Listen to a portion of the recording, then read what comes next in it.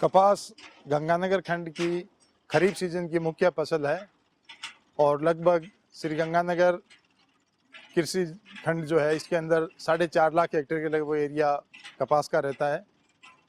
सन 1995 से 2000 के बीच में कपास की फसल में हरी सुंडी का प्रकोप अधिक रहा और जिसकी वजह से ज़्यादा नुकसान होने के बाद में बीटी कपास का जो है इसकी टेक्नोलॉजी लाई गई।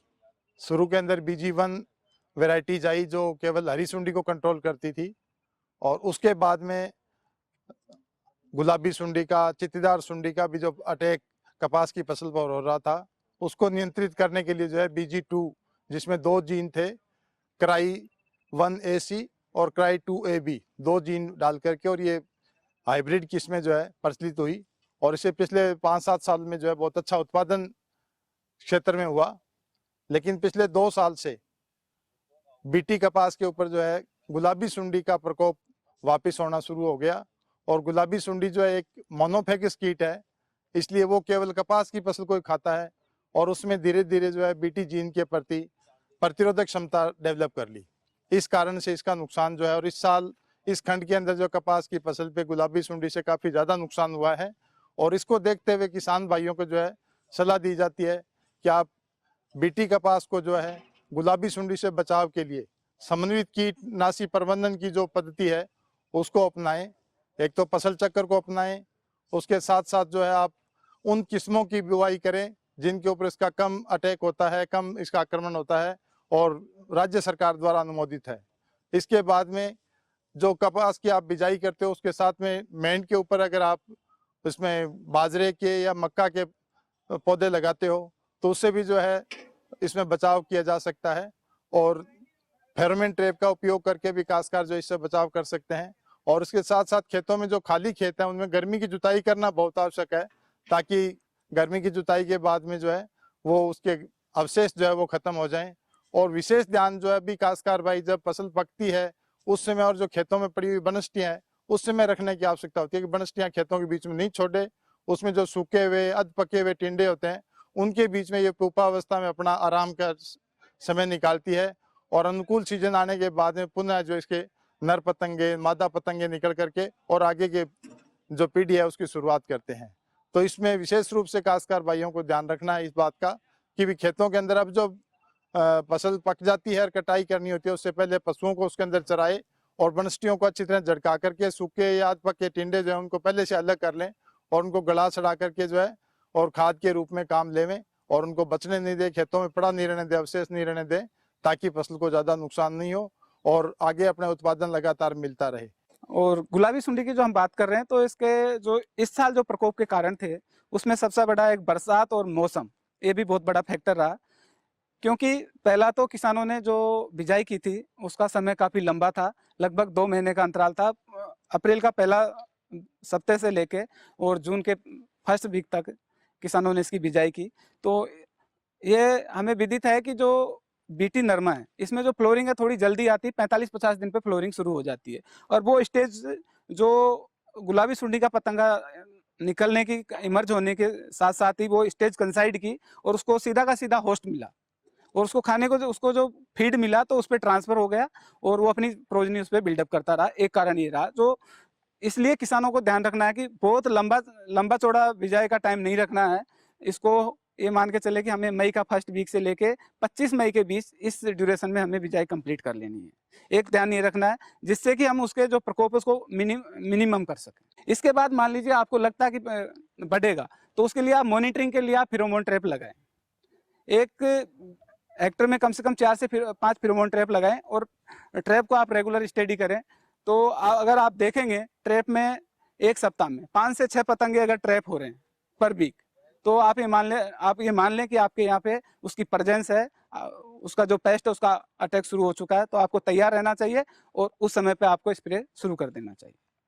और जो पहला हम बात कर रहे थे कि पहला स्प्रे आपको नीम आधारित दवाई का ही करना है, जिसमें या तो नीम का तेल आप काम में ले सकते हैं, निम्बिसिडिन 5 ml प्रति लीटर पानी के हिसाब से आप काम में ले सकते हैं।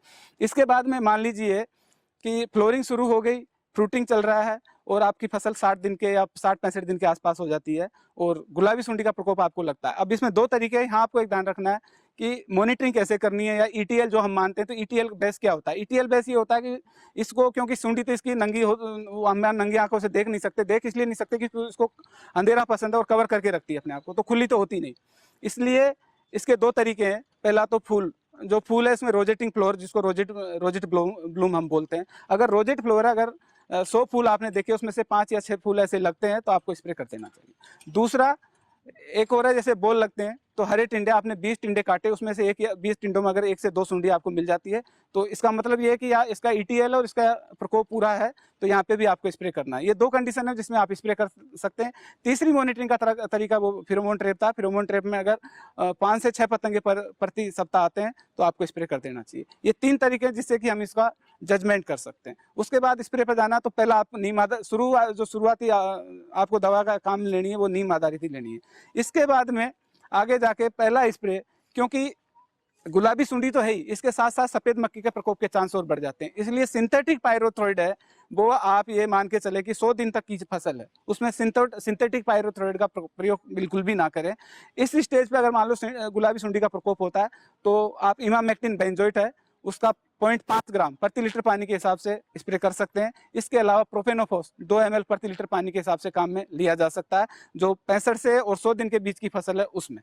और साथ ही मान लीजिए आपको प्रकोप बहुत ज़्यादा बढ़ जाता है और दूसरा स्प्रे आपको करना पड़े, तो इंडोक्साकार 1 ml प्रति लीटर पानी के हिसाब से आप काम में ले सकते हैं। साथ ही क्विनोलफॉस भी आप काम में ले सकते हैं 2 ml प्रति लीटर पानी के हिसाब से, या क्लोरोपायरिफॉस 2 ml प्रति लीटर पानी के हिसाब से काम में लिया जा सकता है। मान लीजिए थ्रिप्स, कई बार ये होता है कि ड्राई कंडीशन आती है और थ्रिप्स का प्रकोप बढ़ जाता है साथ का साथ, तो अगर पैरेलल गुलाबी सुंडी और थ्रिप्स का प्रकोप ऐसे में लगता है आपको, तो उस स्टेज पे आप डेलीगेट, जिसको स्पिनटोरम के नाम से मार्केट में आता है, उसको भी आप काम में ले सकते हैं। उसकी 0.8 ml मात्रा प्रति लीटर पानी के हिसाब से काम में ली जा सकती है। ये आपको रखना है 65 से 100 दिन के बीच की जो विंडो है फसल की, उसके समय आपको ये काम में लेना।